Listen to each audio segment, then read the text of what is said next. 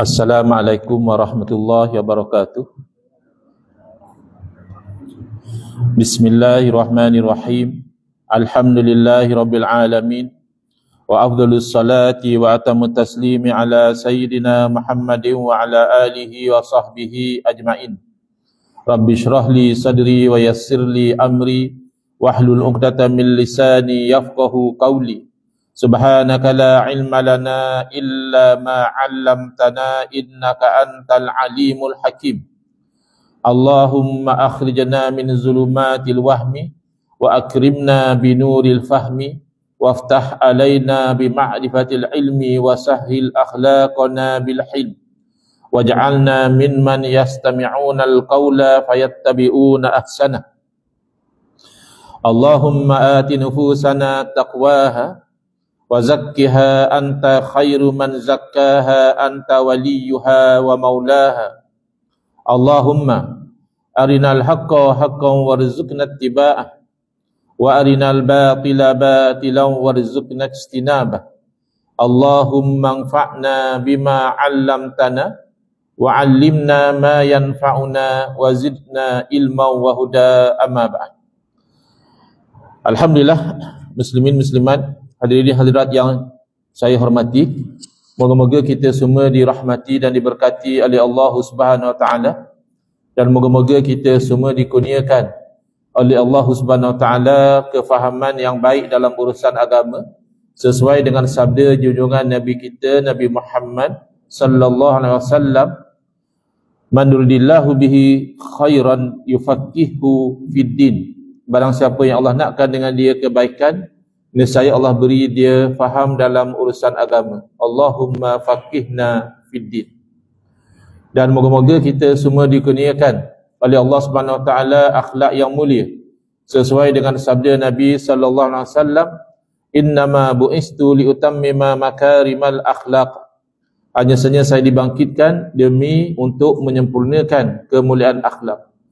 Alhamdulillah, malam ni insya-Allah kita menyambung pengajian kuliah Maghrib bulanan hari Selasa yang ketiga anjuran Masjid Ibn Abbas Taman Ibu Kota menggunakan kitab Kekeliruan Umat. Inilah jawapannya, susunan Al-Fadhil Ustaz Muhadhir bin Haji Jul hafizahullah taala wa nafa'ana bihi wa bi'ulumihi fid dharaini, amin.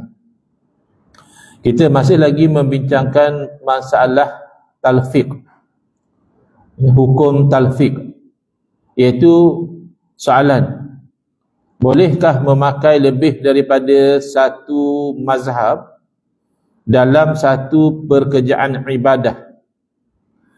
Umpama seseorang itu dia mengambil wudu dengan meletak, maksudnya menyapu, menyapu sedikit air di kepala. Kerana kalau ikut mazhab Syafi'i, wamsahu bi ru'usikum, bi di situ litab'id. Wamsahu asalnya wamsahu ru'usakum, sapulah kepala-kepala kamu. Tapi dalam ayat Al-Quran ada huruf ba, wamsahu bi ru'usikum. Jadi ulama khilaf dalam memahami peranan huruf ba dalam ayat. Di sisi ulama-ulama Syafi'iyah, peranan huruf ba di situ menunjukkan sebahagian, yakni sapulah sebahagian dari kepala kamu. Jadi yang dikatakan sebahagian itu sekadar 3 helai rambut pun sudah memadai. Jadi satu orang masa wuduk, dia ikut taklid mazhab Syafi'i, dia sapu sikit. Kerana ada mazhab yang kata tak sah, dia kena sapu sekurang-kurangnya setapak tangan. Ada yang mazhab lain kena sapu keseluruhan, baru sah. Jadi kalau kita mazhab Syafi'i pun seeloknya kita sapu ke semua. Kerana al-khuruju minal khilafi mustahabbun, keluar daripada perkara khilaf itu digalakkan. Sebab kalau kita sapu semua kepala, tak ada mazhab yang kata tak sah, semua mazhab kata sah. Kalau sapu setapak tangan, ada lagi mazhab yang kata tak sah. Kalau sapu sekadar 3 helai rambut, 2 mazhab kata tak sah. Maka sapu ke semua itu lebih baik. Tetapi tak apa, dia nak taklid mazhab Syafi'i, dia sapu sikit saja. Kemudian bila dia bersentuh dengan wanita yang bukan mahram maknanya tidak haram dikahwini, termasuk isteri lah. Dah jadi isteri, maknanya tak haram lah dia kahwin. Tapi dia kata saya ikut mazhab yang kata tak batal. Itu mazhab Hanafi. Kalau mazhab Hanafi sekadar bersentuh tu tak batal wuduk. Yang batal kalau jima'. Setakat bersentuh tak ada masalah. Mazhab kita bersentuh saja sudah batal. Ada syahwat ke tak ada syahwat, batal. Jadi masa ambil wuduk dia ikut mazhab Syafi'i. Masa nak tengok batal tak batal lagi wuduk yang dia ambil tu, dia ikut mazhab Hanafi. Baik. Jawapan, talfiq ini adalah mencampur aduk antara dua mazhab dalam satu qadiyah, dalam satu urusan. Hukumnya haram. Baik. Jadi kita kena faham pertama sekali apa konsep bermazhab ini supaya kita tak jadi keliru. Asalnya yang wajib kita ikut adalah Al-Quran dan Sunnah. Itu yang asal. Ya. Kalau nak cari dalil khusus suruh kita ikut mazhab, tak ada. Suruh kita ikut orang yang berilmu ada. Tanya orang yang tahu ada. Tapi suruh ikut mazhab asalnya tak ada. Yang kita sepakat orang Islam ni wajib ikut Quran dan Sunnah. Bila ikut Quran dan Sunnah, ketika itu akan ada dua kemungkinan. Bila para alim ulama yang pakar dalam bidang Quran Sunnah ni, mereka pergi pada Quran dan Sunnah, kemungkinan yang pertama, mereka memahami Quran dan Sunnah dengan kefahaman yang sama. Lalu mereka keluar fatwa yang sama. Ini namanya ijma'. Kesepakatan para ulama, seperti itu wajib kita ikut. Semua ulama sepakat. Tetapi tidak jarang berlaku. Bila ulama pergi pada Quran dan Sunnah, mereka memahami Quran dan Sunnah dengan kefahaman yang berbeza. Ulama ni faham macam ni, ulama lain faham lain. Maka mereka berfatwa dengan fatwa yang berbeza. Maka fatwa yang berbeza inilah namanya mazhab. Kalau begitu, mazhab ini salah satu dari natijah kita ikut Quran dan Sunnah. Natijah pertama tadi ijma', sepakat. Natijah kedua khilaf, berbeza pandangan. Maka bila khilaf itulah setiap pandangan yang berbeza dinamakan mazhab. Jadi kalau orang tanya kenapa kita ikut mazhab, kerana itu adalah produk daripada Quran Sunnah. Cuma tak sama macam ijma'. Ya, ijma' sepakat. Ulama semua fatwa sama. Kita tak boleh langgar lah, kita kena ikut. Tapi bila ulama khilaf, ada yang kata begini, ada yang kata begitu, macam kes tadi, sapu kepala tadi. Ada yang kata sikit pun dah memadai, ada yang kata kena satu kepala. Sama juga isu batal wuduk. Ya, ada yang kata setakat bersentuh dengan perempuan bukan mahram belum batal lagi. Ada ulama yang faham bersentuh saja pun sudah batal. Aula mastumun nisa, itu difahami bersentuh batal. Pada ketika itu ada keluasan lah. Kalau ijma' tadi kita kena ikut yang telah disepakati. Bila khilaf kita ada ruang untuk ikut yang ini atau ikut yang sana. Asalnya begitu. Itu yang jadi, ada yang mazhab Syafi'i, ada mazhab Hanafi, ada mazhab Maliki, ada mazhab Hambali. Jadi tak perlulah masing-masing itu nak bergaduh, kata kamu tak ikut Quran Sunnah, yang seorang lagi kata kamu yang tak ikut Quran Sunnah, tak perlu. Kerana semuanya ikut Quran Sunnah, cuma berbeza dalam memahami. Jadi asalnya boleh. Orang itu dalam sesuatu dia ikut kepada mazhab Syafi'i. Tiba pada satu urusan lain, dia tanya ulama yang mazhab Hanafi, dapat fatwa, dia ikut yang mazhab Hanafi pula. Ya, jadi asalnya boleh. Kerana setiap mazhab itu berpandu pada Quran dan Sunnah. Tapi yang ditanyakan di sini, yang dikatakan haram ni, dalam satu urusan dia campur aduk. Sehingga kan natijah dia, tak ada mazhab yang iktiraf apa yang dibuat dia. Contoh tadi, orang ni nak solat, dia ambil wuduk ikut mazhab Syafi'i, sapu sikit je, sah. Tapi lepas tu dia bersentuh dengan perempuan bukan mahram. Kalau ikut mazhab Syafi'i, wuduk dia batal. Tapi dia kata tak, saya nak ikut mazhab Hanafi, tak batal. Ini yang talfiq yang dilarang. Kerana bila dia solat, tak ada mazhab yang iktiraf solat dia. Mazhab Syafi'i tak iktiraf kerana katanya walaupun dia dah berwuduk tapi wuduk dia batal. Mazhab Hanafi tak iktiraf kerana kata dia tak timbul isu batal tak batal, wuduk dia dari awal lagi tak sah. kerana dia sapu tak cukup. Jadi kalau tanya mana-mana mazhab pun, sembahyang dia yang macam tu sah tak? Semua mazhab kata tidak sah. Maka tarfiq yang sebeginilah yang dilarang, ya? Kerana ia membawa kepada satu natijah yang tidak diiktiraf oleh mana-mana mazhab, dan juga ia mendorong orang itu, dia itu beragama bitasyahi, dia ikut keinginan dia. Kat sini dia rasa mudah sapu sikit, dia ikut yang tu. Yang kat sana dia rasa mudah, kalau tak batal dia ikut yang tu. Sedangkan agama ni berdasarkan kepada tuntutan syarak, Quran dan Sunnah. Jadi bila ada mazhab, itulah yang kita ikut, kerana kita percaya mazhab itulah yang memahami Quran dan Sunnah dengan cara yang betul. Tapi kalau kita campur aduk begini, akhirnya solat itu tidak sah mengikut mana-mana mazhab. Bahkan dahulu Abu Nawas ni bukan yang watak yang kelakar dalam cerita Melayu ni. Abu Nawas ni dia penyair orang Arab. Dia ada zaman yang dia lara, dia lalai daripada agama, dan ada zaman dia bertaubat. Itu yang dia syairkan, yang dikenali sebagai syair taubat tu. Ila sulil firdausi ahla. Wahai Tuhanku, aku ni nak masuk syurga Firdaus tu kalau ikutkan tak layak. Wala aqwa ala naril jahimi. Tapi kalau nak masuk neraka Jahannam, aku tak kuat lah. Ada orang kritik syair dia, ada kata apa orang ni masuk syurga tak nak. Ya, masuk neraka tak nak, duduk kat mana kata dia? Duduk kat RNR ke? Yang kritik yang jahil sebenarnya. Dia tak faham uslub syair orang Arab ni. Bila dia kata ilahi lastulil firdausi ahla, wahai Tuhanku, aku ni untuk masuk syurga Firdaus ni aku tak layak.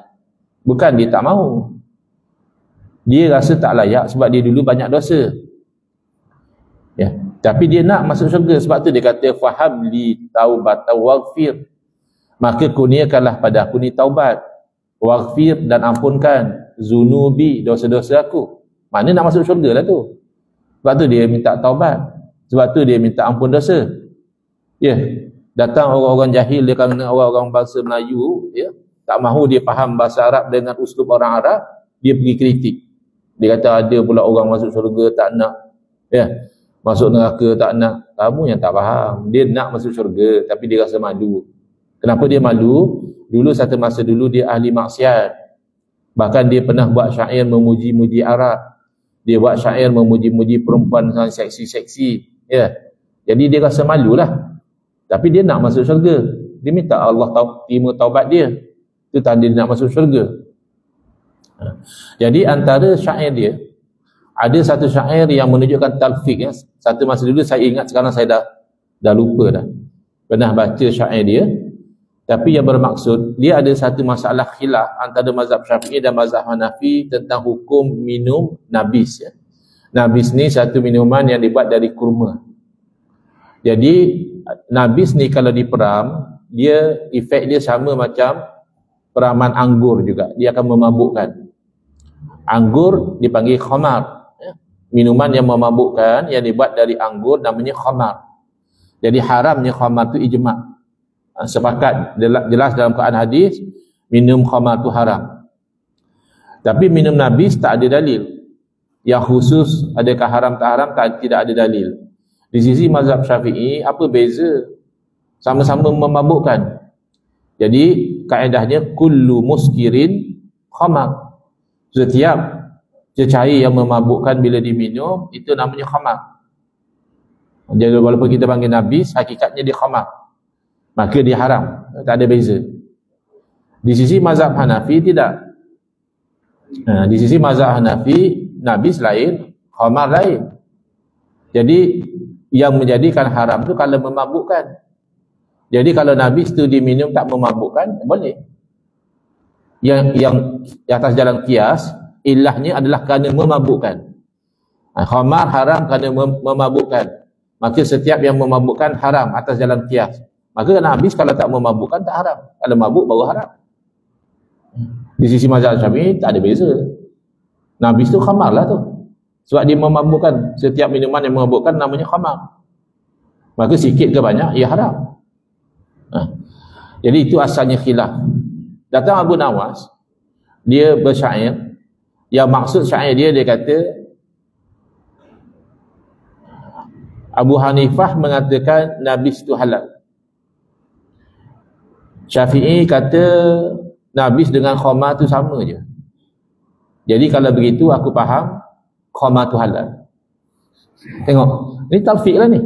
Dia gabung dua pandangan. Mazhab Abu Hanifah kata nabis tak haram. Yang haram tu kalau jadi mabuk. Setakat minum nabis tak mabuk, tak haram. Jadi nabis tu halal. Mazhab Syafi'i kata nabis dengan khamar sama. Sama-sama haram lah maksudnya. Jadi dia combine dua. Oleh kerana nabis halal dan nabis sama macam khamar, ya khamar pun halal lah. Mana ada ulama yang fatwa khamar halal? Natijah buruk daripada talfiq. Sebab itulah diharamkan talfiq tadi. Pendapat ulama dalam I'anatut Talibin, ini kitab mazhab Syafi'i, disebutkan wa yamtani'ut talfiqu fi mas'alatin, dilarang talfiq menggabung-gabungkan mazhab yang berbeza dalam satu masalah. Tapi dalam masalah yang lain-lain tak apa. Misalnya dalam bab semayang dia taklid mazhab Syafi'i. Nanti dalam bab jual beli dia ikut mazhab Hanafi misalnya. Dalam bab sewa menyewa dia taklid mazhab Maliki. Macam itu tak apa. Sebab orang awam ni mazhab dia, mazhab mufti dia yang bagi fatwa kat dia tu ikut mazhab mana. Dia nak gali hukum sendiri tak mampu. Dia orang awam. Jadi dia ikut, orang tu berfatwa ikut mazhab Maliki dia ikut. Yang ni berfatwa ikut mazhab Hanafi dia ikut.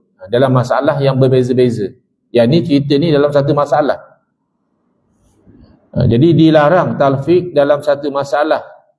Ka'an qallada malikan fi taharatil qalbi wa syafi'iyyah fi ba'dir ra'si fi salatin wahidatin. Umpama dia taklid pada mazhab Malik bahawa anjing tu tak najis.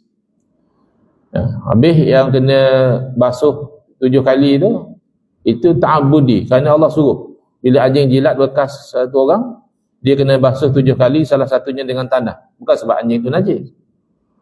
Jadi kalau mazhab Syafi'i, tengok, sampai basuh 7 kali, campur dengan tanah lagi, takkan tak najis. Kalau bahagian lidah pun najis, yang bahagian lain pun tentulah najis. Jadi khilaf. Jadi dia ikut mazhab Maliki, dia pegang anjing, dia kata tak najis, kemudian dia sapu kepala sikit ikut mazhab Syafi'i.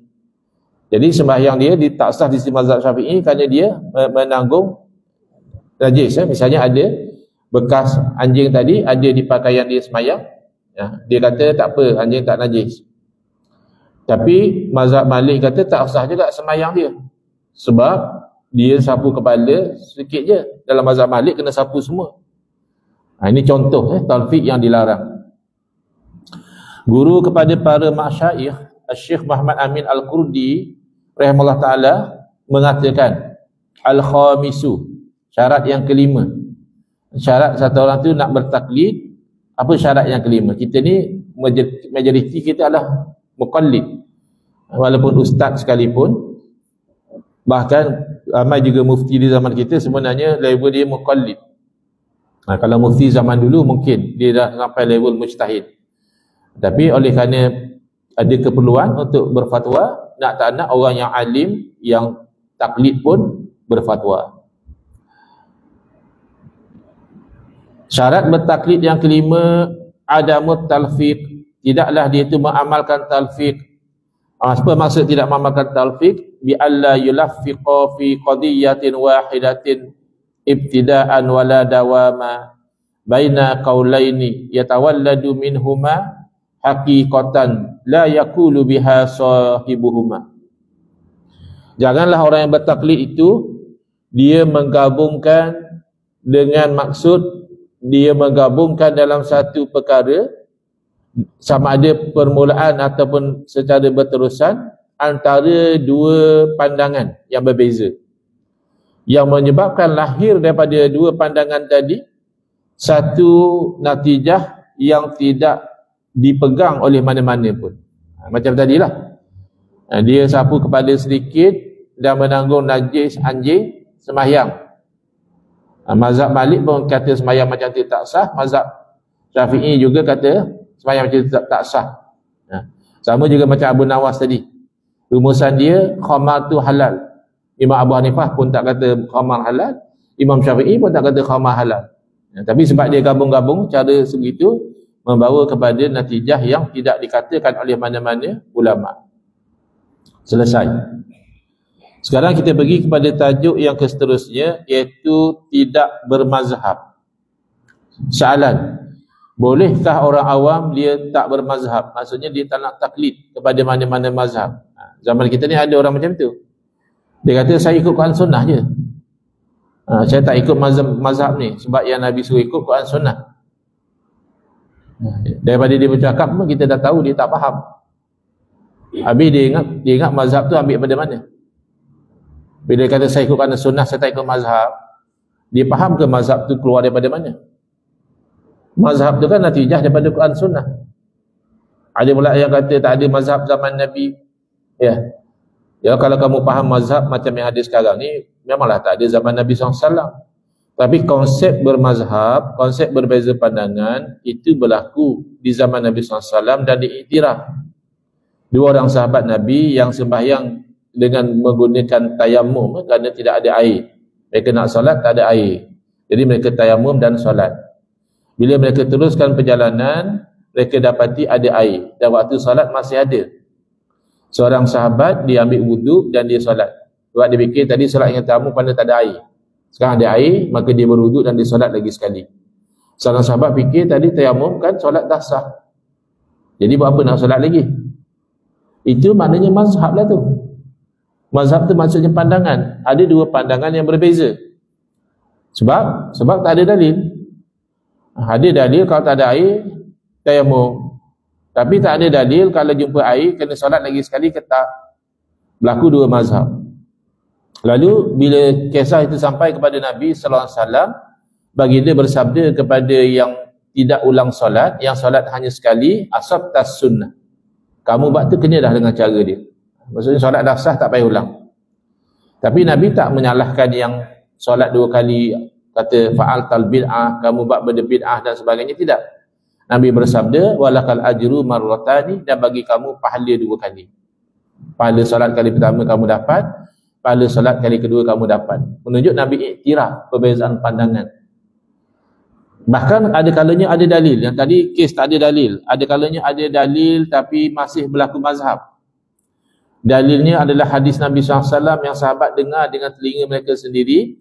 Nabi bersabda, la yusalliyanna ahadunil asra illa fi Bani Quraizah.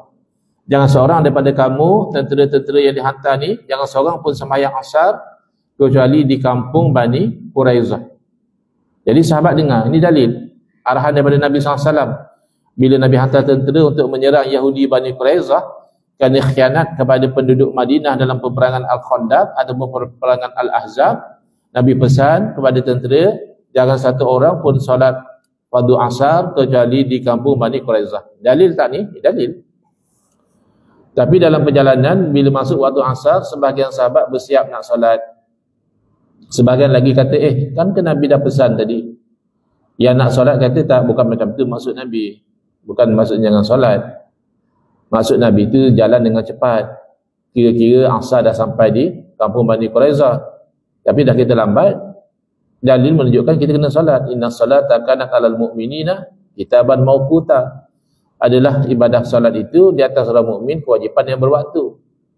Jadi ada dalil mereka faham begitu. Nabi kata jangan solat tadi, maksud Nabi cepat. Macam kita lah, kita kata kita solat asar di Ipoh lah, kata kita. Dalam perjalanan kita solat asar di Ipoh. Sekali tengok ada kemalangan, jalan jam. Asar tu kita masih kat Rawang. Solat dah dekat Rawang. Habis tadi kata solat kat Ipoh. Tadi sepatutnya, kalau ikut sepatutnya kita cepat, Ipoh tu cantik lah kita sembahyang asar kat situ. Tapi dah kita lambat. Itu kefahaman sahabat yang pertama, mereka pun solat. Kefahaman sahabat yang kedua, memang ini satu kes yang istimewa. Satu pengecualian daripada hukum umum, solat kena dalam waktu. Ini kes special. Jadi mereka tak solat sehinggalah sampai di kampung Bani Quraizah baru mereka solat, padahal waktu asar dah habis. Apa dia punya point dia? Syahid dia. Point dia adalah apabila Nabi SAW tahu perkara tersebut, Nabi SAW tidak mengkritik mana-mana. Yang solat dulu pun Nabi tak marah, yang solat kemudian pun Nabi tak marah. Berarti ini ada pengiktirafan daripada Nabi SAW tentang pandangan yang berbeza dalam memahami dalil. Itulah namanya mazhab, pandangan yang berbeza tadi. Tiba-tiba dia ni bukan mujtahid, dia nak direct Quran hadis, dia tak nak ikut mazhab. Boleh ke? Jawapan, orang awam. Apa maksud orang awam di sini? Maksudnya orang yang tak mampu berijtihad. Bukan orang awam ni maksudnya ni orang awam, ni apa ni, tentera, ni orang awam, ni menteri, bukan. Semualah, tentera ke, orang bukan tentera ke, menteri ke, siapa sahaja, kalau dia tak sampai level boleh berijtihad, maka dia wajib bertaklid. Maknanya kalau dia tak bertaklid, dia berdosa. Kenapa? Kerana dia beramal dengan kejahilan, sedangkan dilarang. Jadi dia taklid ikut kepada salah satu imam yang empat. Kenapa ikut salah satu pada imam yang empat? Kerana lain daripada imam yang empat ini, takdir Allah, mazhab mereka tak sampai secara sempurna, pupus. Tapi mazhab yang empat ni alhamdulillah Allah jaga, daripada pengasas kepada murid-murid, kepada murid-murid sampai kepada kita hari ini, mazhab mereka sampai secara sempurna. Jadi yang tak sampai tak boleh ikut lah. Nak ikut empat-empat mana mampu. Nak ikut kena mengaji dulu. Mana boleh kita ikut benda kita tak tahu. Ya, mengaji satu mazhab pun kita tak habis-habis. Boleh nak mengaji empat mazhab? Dia tak mampu kita nak amal empat mazhab. Dalam baca doa kunut subuh, satu mazhab kata sunat, satu mazhab kata tak sunat. Saya nak amal semua. Begitu kamu baca ke tak baca? Tak boleh. Itu hanya angan-angan saja. Jadi wajib bertaklid kepada salah satu imam yang empat ataupun mazhab yang empat. Mana dalil? Dalil yang pertama, firman Allah dalam surah Al-Anbiya ayat 7, Allah berfirman, "Fas'alu ahla zikri in kuntum la ta'lamun." Tanyalah ahli zikir, maknanya orang yang ada ilmu, sekiranya kamu tak tahu. Habis takkan tanya saja. Tanya dan ikutlah. Ni apa hukum ni ustaz? Oh ni haram. Oh ya haram, tapi tak apalah saya nak buat juga. Mana boleh macam tu? Ya, ni apa hukum ustaz? Ni wajib. Oh wajib, tapi saya tak nak buat. Fas'alu, bila Allah suruh soal, maknanya ikutlah. Kemudian wala takfu ma la salaka bihi ilmun, jangan kamu ikut apa yang kamu tak punya ilmu. Jadi orang tu tak ada ilmu untuk menggali isi kefahaman daripada Quran dan hadis, maka dia tak boleh ikut kefahaman dia sendiri. Dia kena ikut orang yang ada ilmu. Para ulama usul menjadikan ayat ini sebagai dalil yang menunjukkan orang yang tidak mengetahui hukum hakam, yakni orang awam, wajib bertaklid kepada orang alim yang mujtahid, iaitu dengan cara mengikut mazhab. Imam As-Said Bakri dalam hasyiahnya atas I'anatul Talibin mengatakan, kullun minal a'immatil arba'ati ala sawabi. Jadi orang yang menuduh kononnya bermazhab itu ta'assub, tidak.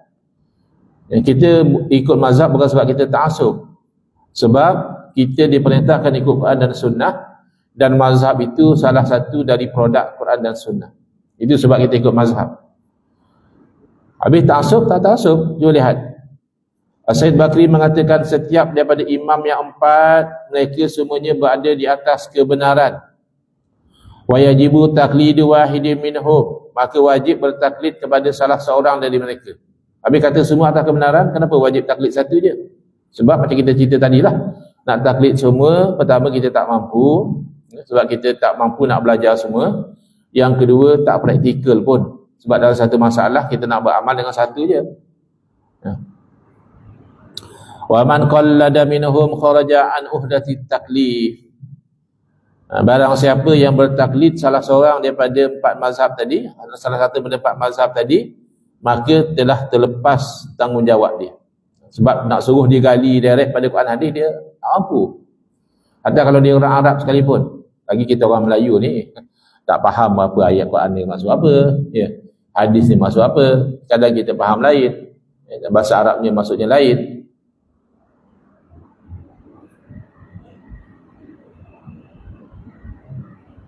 Bahkan orang Arab sendiri pun kadang-kadang dia salah faham.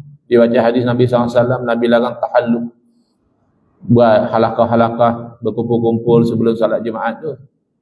Kok nanti melalaikan daripada kita menunaikan fardu Jumaat. Manalah dia berkumpul, bersembang, ya, berbual, berbincang.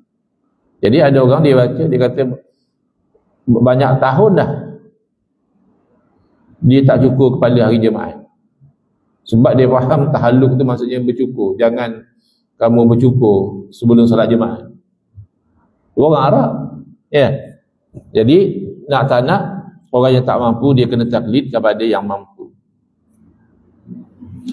Bahkan kita ni yang kononnya tak nak ikut mazhab, saya nak ikut Quran hadis. Hadis mana kamu nak ikut hadis yang mana? Hadis sahih lah. Hadis sahih mana? Hadis sahih Bukhari. Mana kamu tahu hadis sahih Bukhari itu sahih? Imam Bukhari kata sahih. Taklid lah tu bang. Kamu dah taklid pada Imam Bukhari. Kalau kamu memang tak nak bertaklid, kamu kena kaji sendiri tu. Perawi-perawi hadis tu, macam mana karakter dia, boleh terima ke tak boleh terima, itu baru tak taklid. Macam mana kena buat? Kamu pun tak kenal perawi hadis tu. Jadi bila kamu kata saya tak nak ikut mazhab, tak nak taklid, saya nak ikut Quran dan Sunnah, hadis-hadis sahih, saya ikut hadis sahih saja, hadis sahih Bukhari, mana kamu dah taklid dah tu. Kamu ikut fatwa atau pendirian Imam Bukhari bahawa hadis itu sahih. Itu taklid lah tu. Kenapa kamu tak nak taklid pada ulama yang menggali kefahaman daripada hadis tadi? Ya. Antara mereka yang bermazhab Syafi'i ialah Imam Bukhari. Memang ada qil lah, ada yang kata Imam Bukhari mazhab lain, maklumlah orang hebat. Ya, orang hebat ni, orang lain tengok ini mazhab aku dia ni. Orang lain tengok ini mazhab aku. Tapi yang penting bermazhab. Imam Muslim, Imam Tirmizi, Imam Nasai, Imam Abbas Al-Ash'ari menjadid kurun ketiga, Imam Ghazali menjadid kurun kelima, Imam Sayuti menjadid kurun ke-9, semuanya bermazhab. Ya, kita bahasa Arab ditampukang, ya, hadis 40 pun tak lepas lagi. Ni yang ulama-ulama ni dah ratusan ribu hadis dalam dada mereka. Bahasa Arab tu makanan mereka. Ya, usul fiqh tu mainan mereka. Pun mereka bermazhab. Imam Ibn Hajar Asqalani yang mensyarahkan hadis-hadis sahih Bukhari pun ada mazhab. Ya, kita yang tak habis baca sahih Bukhari tiba-tiba tak nak mazhab. Ya, baru dengar 1-2 hadis kita dah rasa kita tak boleh mazhab. Imam Ar-Ramli, Imam As-Subki, Imam Syekh Zakaria Al-Ansari, Imam Nawawi, Imam Asy-Sya'rani rahmatullah alaihim ajma'in. Mereka semua ulama-ulama yang hebat tapi masih bermazhab. Kitab-kitab tabaqat sama ada dalam mazhab Hanafi, Maliki, Syafi'i dan Hanbali membuktikan beratus-ratus malah beribu-ribu ulama-ulama besar semuanya bermazhab dengan salah satu daripada mazhab yang 4 itu. Al-Alim Al-Faqih Al-Syahid Al-Syekh Dr. Said Ahmad Al-Buti rahimahullah ta'ala, Syahidul Mihrab, beliau terbunuh di bom ketika menyampaikan ilmu, menyampaikan subjek tafsir pada malam Jumaat di sebuah masjid di Dimashq. Beliau membahaskan tentang sikap tak mahu bermazhab dengan panjang lebar dalam kitabnya. Siapa yang betul-betul nak kaji isu tak nak bermazhab ni, boleh kaji kitab beliau Al-Mazhabiyah, pegangan tak nak bermazhab. Akhtaru bid'atin tuhaddidu asy-syari'ati Islamiyah.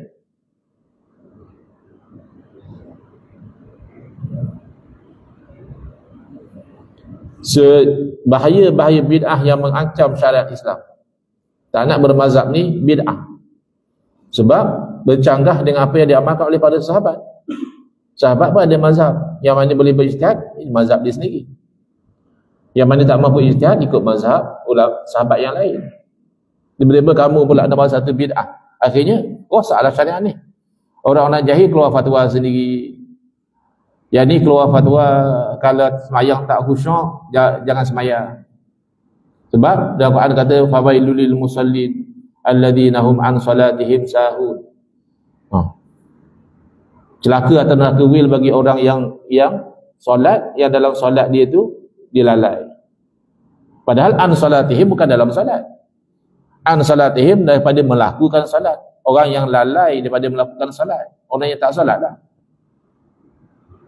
Tapi dia tak faham. Orang ni pula faham macam ni, innamal a'malu binniyat. Dah semayang ke? Dah. Tak nampak pun, aku pakai niat. Mana boleh? Abang tak boleh, innamal a'malu binniyat dia tadi. Ini orang Kalau tumput dia makan kat rumah, bagi pinggan kosong, suruh dia niat nak makan apa. Marah pula dia nanti. Dia kata orang lain kau hidang makan, aku kau bagi pinggan kosong. Cakap kau kan ahli niat je lah. Jadi tak boleh. Tidak ikut mazhab ni adalah bid'ah, sebahaya-bahaya bid'ah yang mengancam syariat Islam. Tanbih, peringatan. Imam Ahmad memperingatkan tentang orang yang tidak mahu bertaklid adalah orang yang fasik di sisi Allah dan Rasulnya. Imam Ahmad bin Hanbal berkata, rahimahullah ta'ala, man za'ama annahu la yara taklida wa la yuqallidu dinuhu ahadan fahuwa qawlu fasikin inda Allahi wa rasulih. Innama yuridu bidzalika ibtal al-asar wa ta'til al-ilmi was sunnati wa tafarruda bir ra'yi wal kalama wal bid'ata wal khilaf. Barang siapa yang mendakwa bahawa dia tidak memilih bertaklid, dia mendakwa bahawa dalam agama dia tak taklid satu orang pun, maka percakapan dia itu adalah percakapan orang fasik, orang yang berdosa di sisi Allah dan Rasulnya. Dia sebenarnya nak membatalkan asal, iaitu apa yang diriwayatkan daripada para sahabat, dan mensia-siakan ilmu.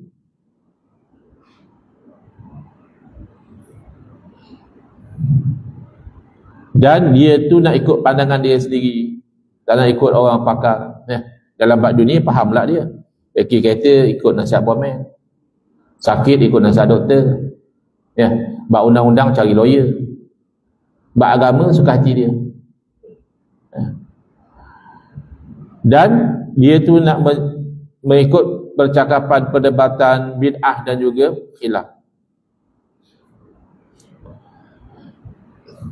Next, insyaAllah kita akan lihat dialog antara Syekh Ramadan Al-Buti rahimahullah ta'ala dengan seorang tokoh yang tak nak bermazhab.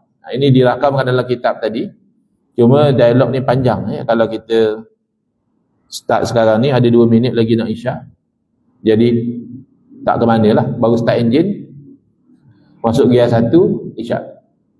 Jadi saya fikir elok kalau kita tangguhkan lah meneliti dialog ini. Mungkin kita akan ambil the whole next kuliah untuk melihat kepada dialog antara Syekh Ramadan Al-Buti dengan satu orang tokoh yang tidak disebutkan di sini, hanya letak sini anti mazhab saja.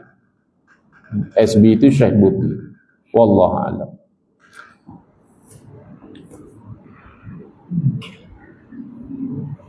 Bismillahirrahmanirrahim. Alhamdulillahirabbil alamin, wassalatu wassalamu ala asyrafil anbiya'i wal mursalin wa ala alihi wa sahbihi ajma'in. Allahumma shrah sudurana wa asin akhlaqana wa azim ujurana wa nawwir qulubana bi nuri hidayatika kama tarda bi syamsika abadan abada. Allahumma qulna min dhulil ma'siyati al aziz ta'ati ya arhamar rahimin. Wa sallallahu ala sayidina Muhammadin wa ala alihi wa sahbihi wasallam. Alhamdulillahirabbil alamin. Amin ya rabbal alamin.